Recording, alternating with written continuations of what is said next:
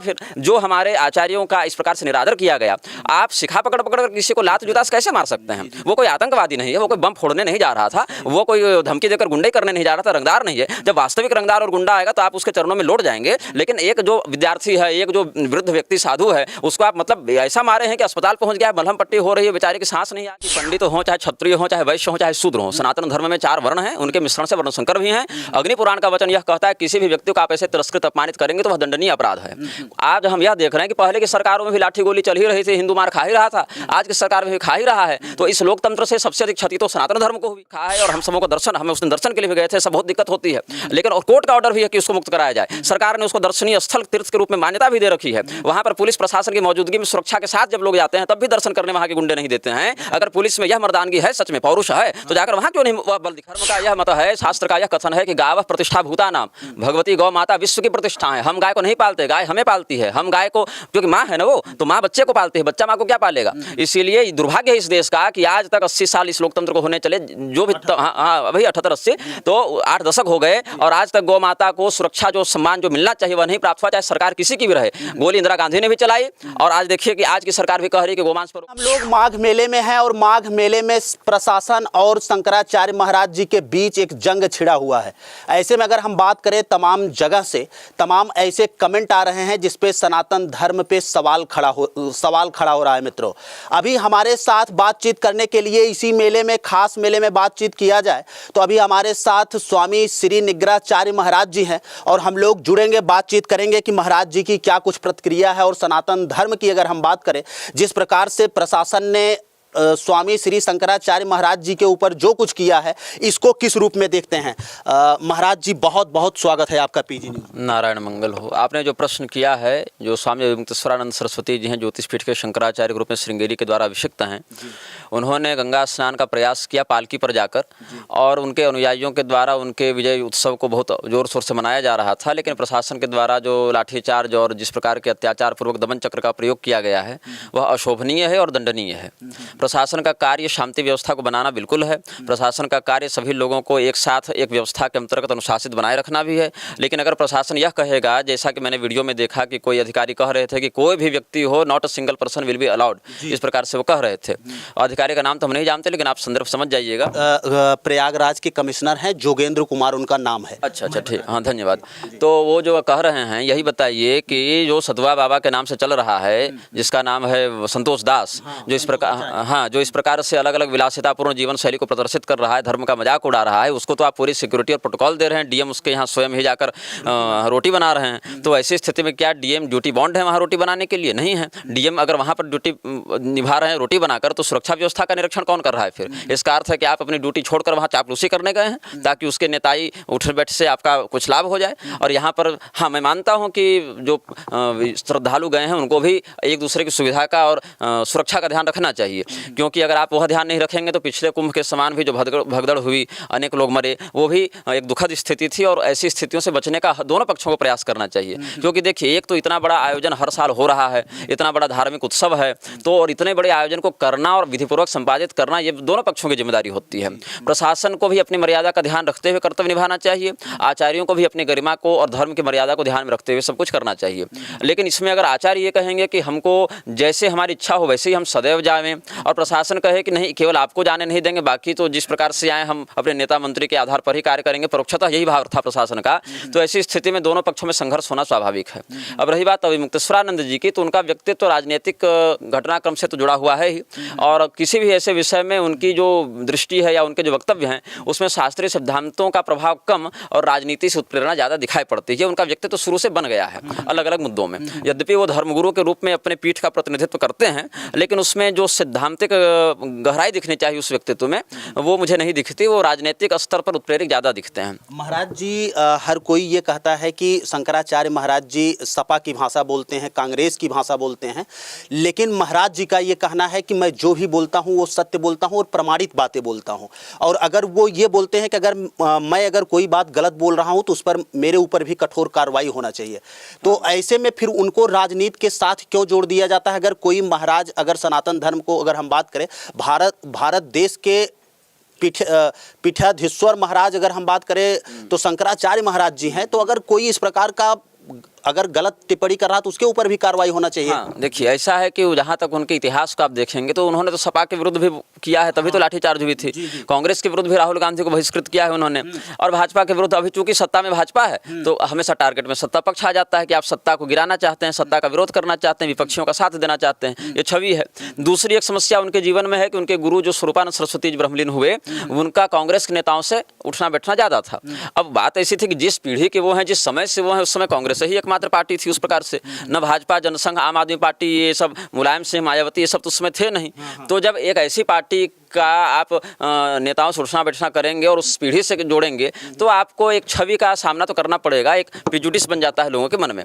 तो अभिमुक्तेश्वरानंद सरस्वती जी जो हैं वो पीठाधीश हैं, ज्योतिष पीठ के अधीश्वर हैं, किंतु वो सड़क पर ज़्यादा दिखते हैं सिवाय सैद्धांतिक गहराई के। यही कारण है कि इसी प्रयागराज में जब करौली सरकार ने भगवती राधा का तिरस्कार उन्हीं के परम धर्म संसद में बैठकर किया तो उन्होंने विरोध नहीं किया, अपितु उसकी प्रशंसा की। या कई बार अपने ही पक्ष के लोगों के द्वारा जब अधर्म किया जाता है या अधार्मिक बातों का प्रसारण किया जाता है तो वहाँ भी वो अपने आगामी कानूनी या सामाजिक हितों को ध्यान में रखकर विरोध नहीं कर पाते हैं। बाहर वाले अधर्म का विरोध तो बहुत प्रखरता से करने का प्रयास करते हैं, लेकिन उन्हीं के अनुयायी, उन्हीं के पत्रकार, वकील, शिष्य इत्यादि जब ऐसा कुछ अशास्त्रीय कथन कहते हैं, डंके की चोट पर दावा करते हैं, तो उस स्थिति में वो मौन हो जाते हैं और उनका निर्णय खंडित होने लगता है। तो ऐसे में जब नाप तोल कर हित और अहित को स्वार्थ के दृष्टिकोण से देखेंगे तो उन पर भी यह अपराध कई बार पलट खा जाता है। लेकिन इस पलट खाने के चक्कर में जो उनके अनुयायी हैं वो जब निरपराध रूप से निर्दोष होने के बाद भी, अब दो चार उपद्रवी हर दल में होते हैं। देखिए ऐसा है कि कोई गुरु का चेला हमेशा सही हो जाए ऐसा हम नहीं कह सकते हैं, हर पीठ में दो चार उपद्रवी आपको मिलेंगे। या ये भी कह सकते हैं कि अगला चुनाव आने वाला है तो भैया दो चार लोगों को इस प्रकार से भीड़ में, भीड़ का तो कोई चेहरा होता नहीं, जहाँ दो चार आदमी बैरिकेड तोड़े और जहाँ थोड़ा हो हंगामा हुआ वहाँ पुलिस फिर कहेगी कि हमारी नौकरी की बात है। तो इस स्थिति में किसी भी संवेदनशील मामले में, सुन लीजिए, किसी भी संवेदनशील मामले में दोनों पक्षों को बहुत धैर्य और बहुत सहनशीलता का परिचय देना चाहिए। महाराज जी, प्रशासन का यही कहना है कि उनके अनुयायियों ने बैरिकेटिंग को तोड़ा और बैरिकेटिंग तोड़कर संगम नोच तक वो पहुंचने की कोशिश कर रहे थे। भीड़ बहुत ज़्यादा थी, भगदड़ होने का चांस था, इसीलिए जो है प्रशासन के लोग रोक रहे थे। लेकिन महाराज जी का कहना है कि उनके साथ प्रशासन के लोग थे, उनका ही एक दरोगा लेवल का अधिकारी जो है वो उनके साथ उनको ले जा रहा था वहाँ पर संगम नोच पर, आगे आगे वो चल रहा था, पीछे पीछे महाराज जी के पूरे प्रशंसक जा रहे थे। तो इसमें फिर महाराज जी कहाँ बैरिकेटिंग तोड़ते हैं, उन्होंने सीसीटीवी फुटेज भी मांगा, अभी तक प्रशासन ने उपलब्ध नहीं कराया। और ऐसे में अगर बड़ा सवाल एक और खड़ा होता है कि तमाम ऐसे भारत देश के संत महात्मा हैं जिनको संगम नोच के टावर तक जो है गाड़ियों से लेकर जाया जा रहा है, तो क्या पालकी की जो परंपरा है ये गलत है या सही है? आपके हिसाब से क्या कुछ? बात ऐसी है कि एक सामान्य नियम जब देखें तो तीर्थ स्नान के लिए हम लोग बिना चप्पल जूते के जाते हैं, खड़ा इत्यादि भी आश्रम ही छोड़कर जाते हैं, ये तो एक बात हो गई। लेकिन कुछ विशेषाधिकार आचार्यों को जब पीठाधीश्वर हैं तो प्राप्त होते हैं कि वो राजोचित सत्कार के साथ भी जाएं। हालांकि अगर न जाएं तो ज़्यादा अच्छा है, लेकिन अगर जा भी रहे हैं तो उसको हम अधार्मिक नहीं मानते हैं, वो उनका एक राजोचित सत्कार है, आचार्य पीठ की एक गरिमा है, वैभव है। तो उस स्थिति में गंगा जी में, अब आप बात करेंगे कि संगम नोच की बात करेंगे तो इसी कुंभ में तो देखा गया कि बड़े बड़े अखाड़ा के महामंडलेश्वर नौकरों के समान अमित शाह इत्यादि को स्नान करा रहे हैं, अवधेशानंद इत्यादि को देख लीजिए कि जैसे उसके दास बने हुए हों, गुलाम बने हुए हों। भाई आचार्य को ये शोभा देता है कि तुम इस प्रकार, और वो भी कैसा, कोई सत्कर्मवान व्यक्ति नहीं, कोई धार्मिक नहीं, अमित शाह जैसा व्यक्ति जो कन्विक्टेड अपराधी भी है और जो कहता है खुलेआम कि देश में गोमांस पर रोक नहीं लगेगी, इस प्रकार का बयान आया था अमित शाह का। तो ऐसे व्यक्ति जो स्वयं हिंदू भी नहीं है, जो जैन समुदाय से है, और जैन समुदाय वेद के मत को नहीं मानता है, तो वो अपने आगम को मानते हैं, लेकिन वेद के मत को तो जैन मानते नहीं, बौद्ध मानते नहीं। तो ऐसी स्थिति में एक नास्तिक व्यक्ति को जो वेद विरुद्ध मत का अनुयायी है और जो गोमांस के प्रसारक का समर्थक है, ऐसे व्यक्ति को हमारे शांकर परंपरा के आचार्य महामंडलेश्वर अखाड़ा वाले अगर नौकरों के इस भांति स्नान करवाएंगे तो वो धर्म की गरिमा को स्वयं ठेस पहुंचा रहे हैं। और जब इन नेताओं का मनोबल बढ़ता है और नेताओं के द्वारा जो है सो दलित, और दलित मतलब राजनीतिक दलित नहीं, पद दलित जो अधिकारी हैं निम्न वर्ग वाले, उनको जब कुढ़न होती है तो अपनी चीड़ नेता पर तो उतार नहीं सकते, तो ऐसी स्थिति में इन्हीं लोगों पर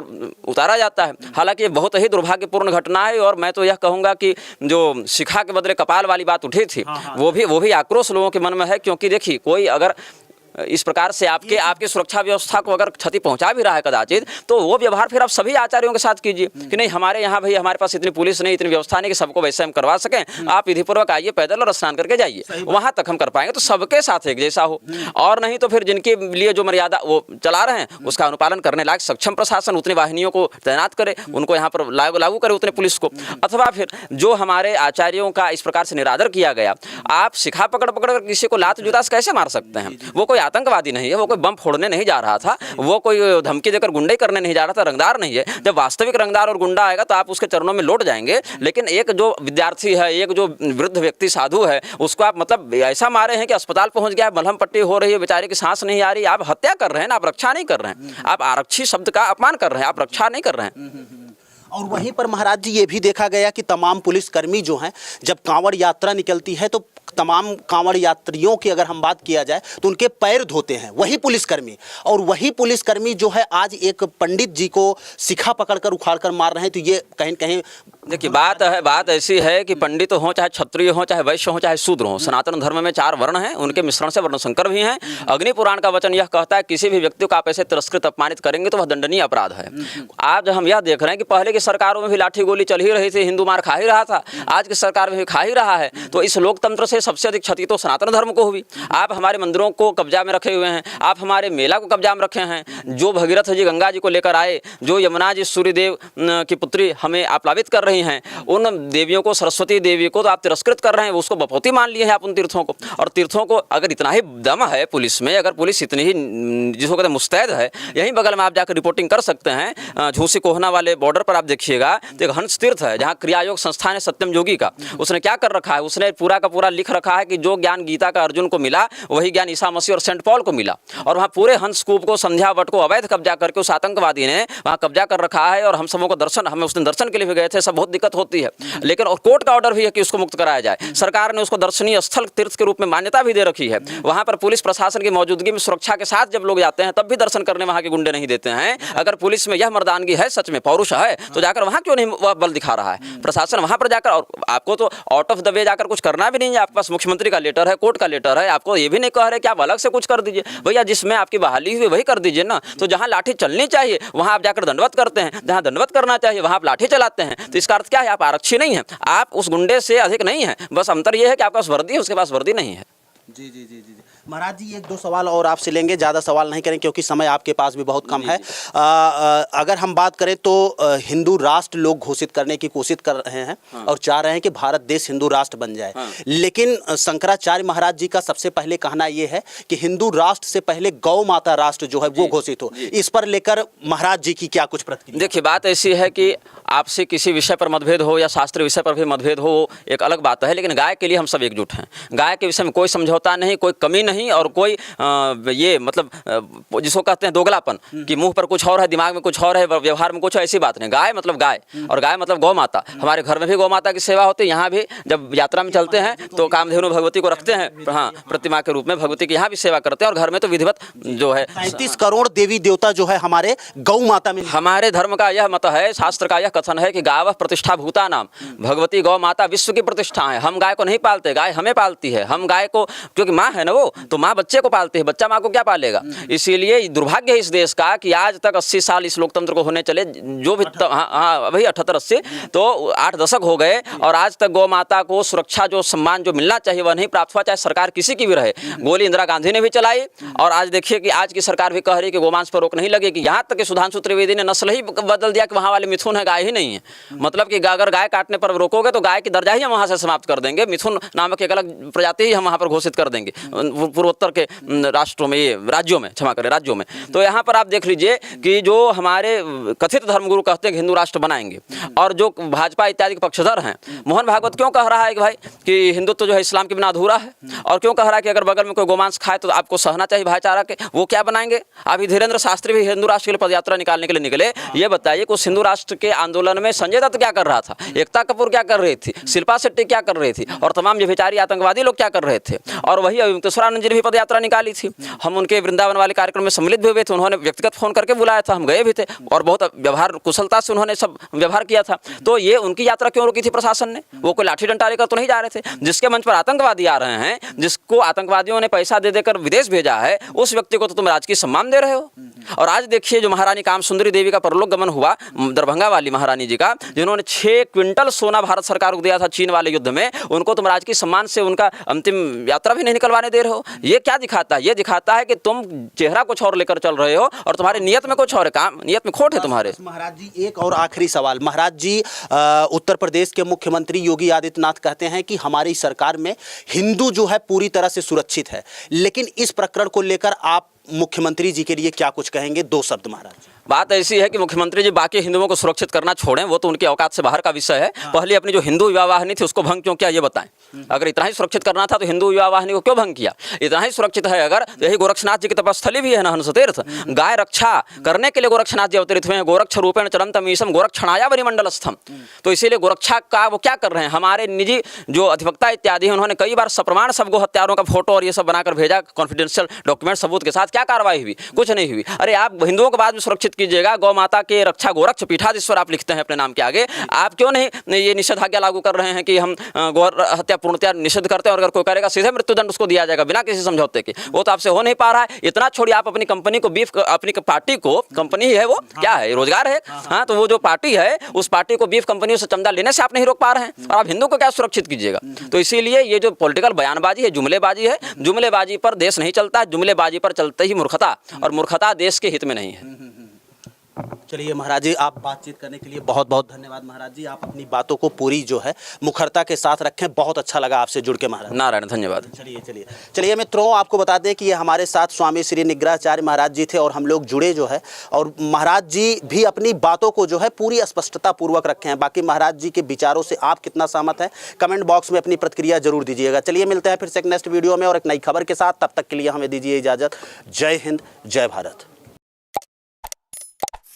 रामभद्राचार्य एक पॉलिटिकल कार्यकर्ता है भाजपा के, वो कोई संत नहीं है, क्योंकि पहली बात उनके जीवन में संतत्व लायक कोई सदाचार नहीं है। उन्होंने सदैव उल्टे पुल्टे बयान दिए हैं। जैसे उन्होंने कह दिया कि हमने राम मंदिर के संदर्भ में 400-450 प्रमाण दिए, जबकि एक भी नहीं दिया ढंग से जिसको कोर्ट ने एक्सेप्ट किया हो। यहाँ तक कि जो वहाँ के कोर्ट के जज रहे, क्या सुधीर अग्रवाल नाम था ना, अब तो शायद सेवानिवृत्त हो गए, उन्होंने बाकायदा बयान दिया था कि रामभद्राचार्य ने कोई ऐसा ठोस प्रमाण नहीं दिया। और 400 तो बहुत अतिशयोक्ति वाली बात है, लेकिन वहाँ उनको नहीं दिखेगा। वहाँ उन्होंने अभी कुछ दिन पहले बयान दिया था कि आदि शंकराचार्य जी के कारण केरल के 90% लोग ईसाई बन गए, जबकि केरल में टोटल 90% ईसाई हैं भी नहीं। वहाँ की डेमोग्राफी आप देख लें तो उनको कुछ आता जाता है नहीं। उनके साथ 2 भाग्य के खेल हो गए। एक जो उनका नेत्र रोग हो गया तो लोगों की सहानुभूति हो गई कि चलो देख नहीं सकते तो सिंपैथी हो गई। दूसरा, उन्हीं की सिंपैथी से जो भीड़ बनी उससे नेताओं ने हाथों हाथ उनको गोद ले लिया। अब वो केवल नौकर हैं, मालिक का जैसा आदेश होगा वैसा वो बोलेंगे। तो इसीलिए रामभद्राचार्य का कोई स्वतंत्र आधार शास्त्रीय प्रमाण से नहीं है। वो न कोई जगत गुरु हैं, न कोई सन्यासी हैं, न उनको त्रिदंड का अधिकार है। वो एक विदेशगामी आरूढ़ पतित हैं जो केवल भाजपा के पक्ष में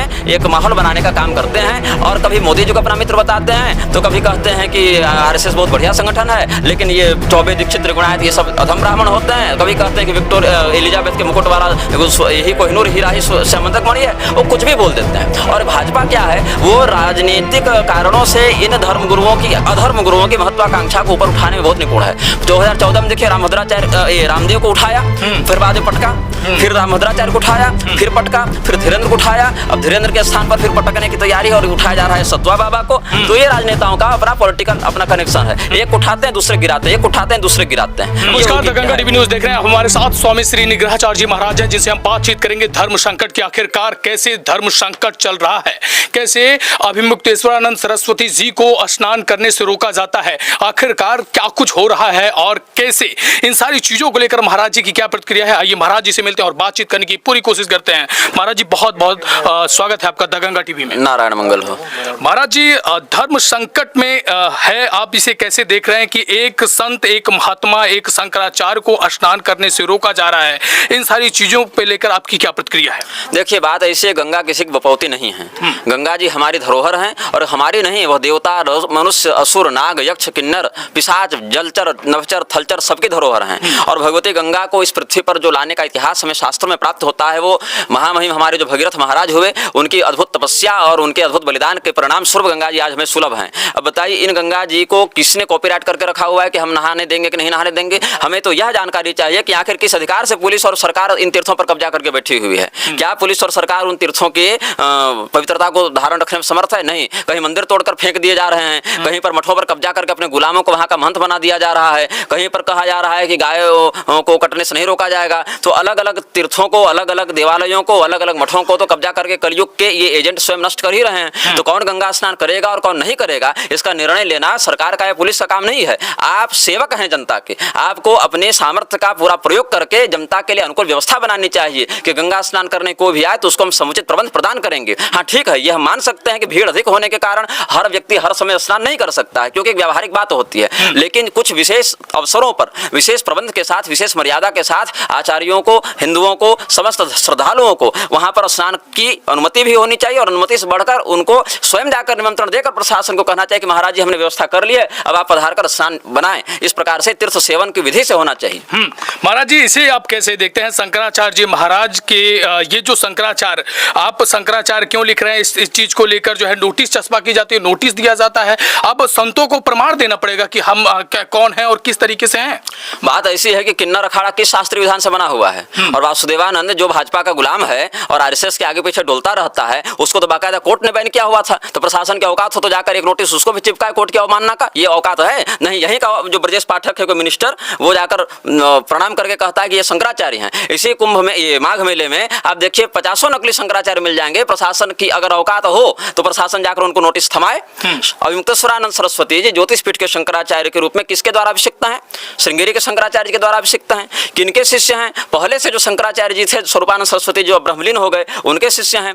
और यह नहीं कि सुप्रीम कोर्ट ने पट्टाभिषेक पर रोक लगाई, अभी तो पट्टाभिषेक होने के बाद सुप्रीम कोर्ट का कुछ आदेश या प्रतिरोध आया होगा, वो एक अलग बात है। लेकिन पट्टाभिषेक से पहले ऐसा कोई निषेध पत्र हमारी जानकारी में नहीं है। ऊपर से कहा जा रहा है और प्रमाणिक रूप से कहते हैं कि उनकी वसीयत भी स्वरूपानंद सरस्वती जी बनाकर गए थे। और स्वामी जी के ब्रह्मलीन होने से 10 साल पहले ही जब भाग्यनगर हैदराबाद में जो विशाल सभा हुई थी, वहां भी बाकायदा टीवी चैनल पर हजारों लोगों के सामने उनको ज्योतिष पीठ के प्रतिनिधि के रूप में, उत्तराधिकारी के रूप में ही बताया गया था। तो ऐसी स्थिति में बिल्कुल बदले की राजनीति है कि अगर तुमने हमारे ऊपर उंगली उठाई तो हम तुम्हारे ऊपर उंगली उठाएंगे। ये सीधे सीधे एक पॉलिटिकल कॉन्स्पिरेसी है जिसमें आचार्य पीठों को अपने गुलामों से भरकर कब्जा करने की रणनीति चल रही है। महाराज जी, इसे आप कैसे देखते हैं जब एक संत दूसरे संत की अवहेलना करता है?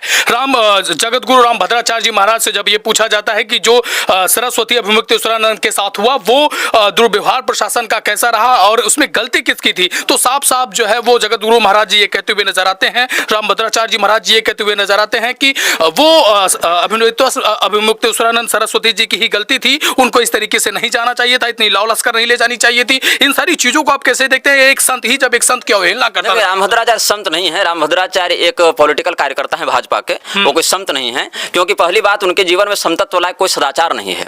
उन्होंने सदैव उल्टे पुल्टे बयान दिए हैं। जैसे उन्होंने कह दिया कि हमने राम मंदिर के संदर्भ में 400-450 प्रमाण दिए, जबकि एक भी नहीं दिया ढंग से जिसको कोर्ट ने एक्सेप्ट किया हो। यहाँ तक कि जो वहाँ के कोर्ट के जज रहे, क्या सुधीर अग्रवाल नाम था ना, अब तो शायद सेवानिवृत्त हो गए, उन्होंने बाकायदा बयान दिया था कि राम भद्राचार्य ने कोई ऐसा ठोस प्रमाण नहीं दिया। और 400 तो बहुत अतिशयोक्ति वाली बात है, लेकिन वहां उनको नहीं दिखेगा। वहां उन्होंने अभी कुछ दिन पहले बयान दिया था कि आदि शंकराचार्य जी के कारण केरल के 90% लोग ईसाई बन गए, जबकि केरल में टोटल 90% ईसाई हैं भी नहीं। वहां की डेमोग्राफी आप देख लें तो उनको कुछ आता जाता है नहीं। उनके साथ दो भाग्य के खेल हो गए। एक, जो उनका नेत्र रोग हो गया तो लोगों की सहानुभूति हो गई कि चलो देख नहीं सकते, तो सिंपैथी हो गई। दूसरा, उन्हीं की सिंपैथी से जो भीड़ बनी उससे नेताओं ने हाथों हाथ उनको गोद ले लिया। अब वो केवल नौकर हैं, मालिक का जैसा आदेश होगा वैसा वो बोलेंगे। तो इसीलिए राम भद्राचार्य का कोई स्वतंत्र आधार शास्त्रीय प्रमाण से नहीं है। वो न कोई जगत गुरु हैं, न कोई सन्यासी हैं, न उनको त्रिदंड का अधिकार है। वो एक विदेशगामी आरूढ़ पतित हैं जो केवल भाजपा के पक्ष में एक माहौल बनाने का काम करते हैं। और कभी मोदी जी को अपना मित्र बताते हैं, तो कभी कहते हैं कि आरएसएस बहुत बढ़िया संगठन है, लेकिन ये चौबे दीक्षित त्रिगुणायत ये सब अधम ब्राह्मण होते हैं। कभी कहते हैं कि विक्टोरिया एलिजाबेथ के मुकुट वाला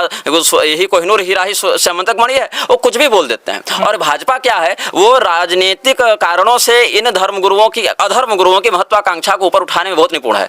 2014 में देखिए, रामदेव को उठाया, फिर बाद में पटका, फिर राम भद्राचार्य को उठाया, फिर पटका, फिर धीरेन्द्र को उठाया, अब धीरेन्द्र के स्थान पर फिर पटकने की तैयारी और उठाया जा रहा है सतवा बाबा को। तो ये राजनेताओं का अपना पॉलिटिकल अपना कनेक्शन है। एक उठाते हैं दूसरे गिराते हैं, एक उठाते हैं दूसरे गिराते हैं, ये उनकी है। अब देखिए राम मंदिर में क्या किया, राम मंदिर में शंकराचार्य को अपमानित करके राम भद्राचार्य को प्रोत्साहन दे दिया। उसके बाद अभी ध्वजारोहण में नहीं बुलाया, बिलखते फिर रहे कि हमारा अपमान हो गया। बताइए, आप ही लोग पत्रकार हैं, इस कुंभ में भी आप लोग आए होंगे जो पिछले साल वाले में, वहां पर क्या हुआ? कह रहे हैं राम भद्राचार्य के कुंभ में स्नान करने वाला पहला आचार्य मैं हूं। बताइए, इस वचन में क्या सत्यता है? पहले आचार्य होना आने वाले। अभी कह रहे हैं कि पहलगाम हमले का जो आक्रमण किया मोदी ने, वो हमसे पूछकर स्ट्रेटेजी बनाई। तो वो व्यक्ति एक मानसिक कुंठा से ग्रस्त है, उसको हर जगह अपना नाम चाहिए। ऐसी मानसिक कुंठा आपको मोदी में भी मिलेगी, राहुल गांधी में भी मिलेगी, ममता बनर्जी में भी मिलेगी, अखिलेश यादव में भी मिलेगी। दक्षिण चल जाए तो कभी जयललिता में भी थी, अभी उद्धव ठाकरे में है कि हर जगह मेरा फोटो, हर जगह मेरा नाम हो, मेरा क्रेडिट हो। इसके अलावा इन मनोरोगियों की कोई क्षमता नहीं है।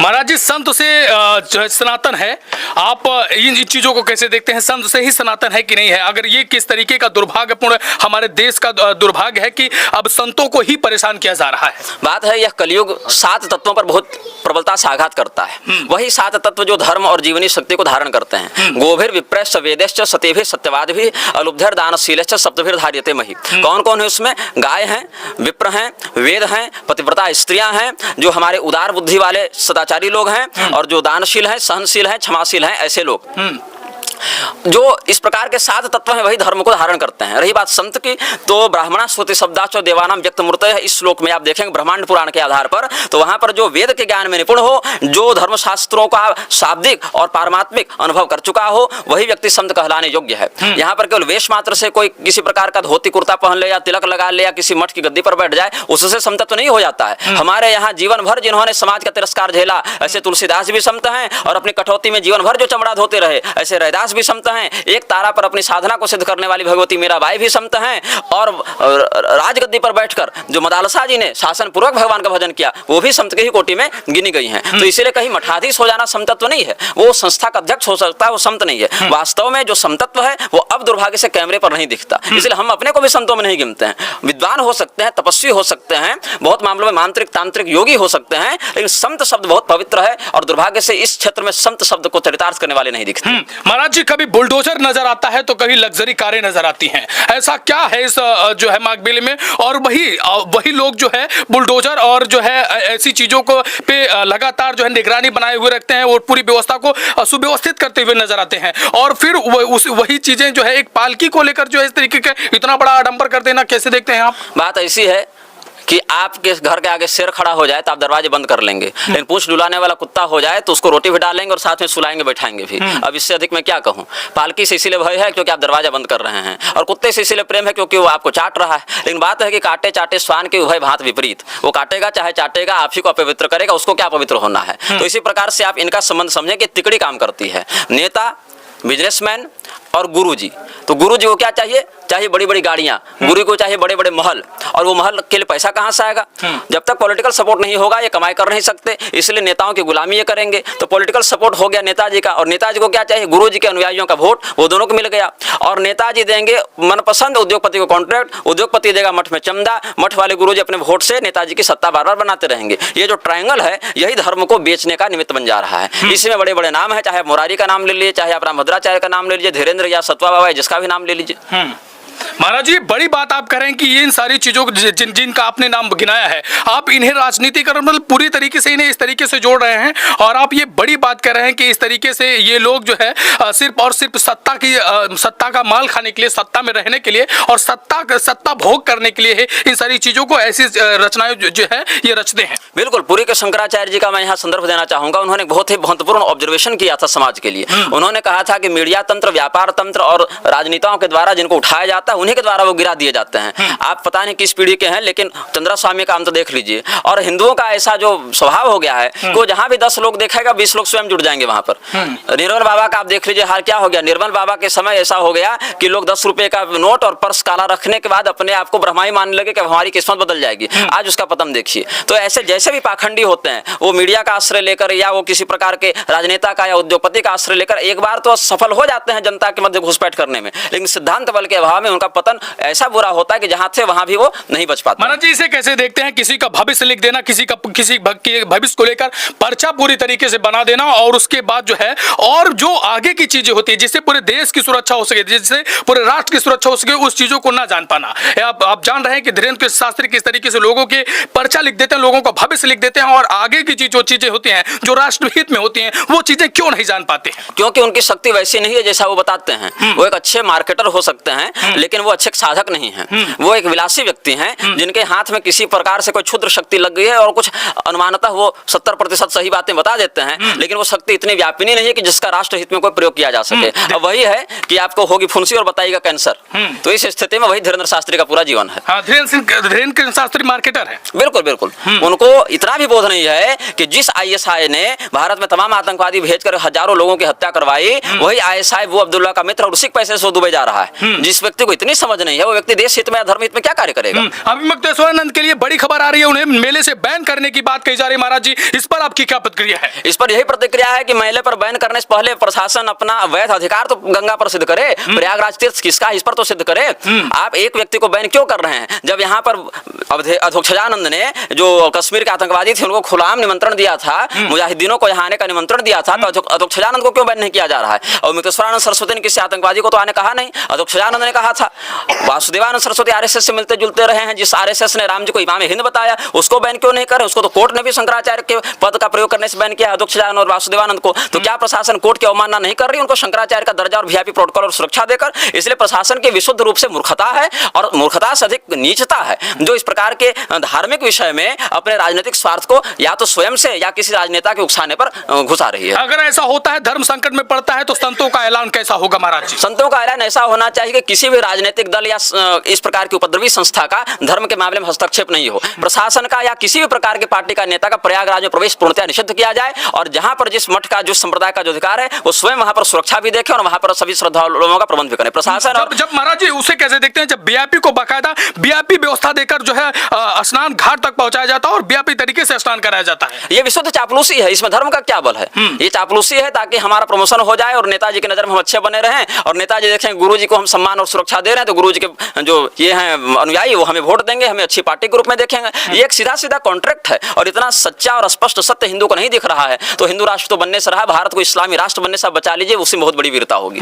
बहुत बहुत धन्यवाद महाराज जी समय देने के लिए। हमारे साथ महाराज जी थे जिनके प्रखर शब्दों को आप सुन रहे थे, किस तरीके से ये प्रखर शब्द जो है आपके दिलों पर जो है किस तरीके से आपके दिलों को भेद रहे थे। इन सारी चीजों को लेकर आपकी क्या प्रतिक्रिया है कमेंट सेक्शन में प्लीज जोड़ दीजिएगा। बहुत बहुत धन्यवाद, नमस्कार।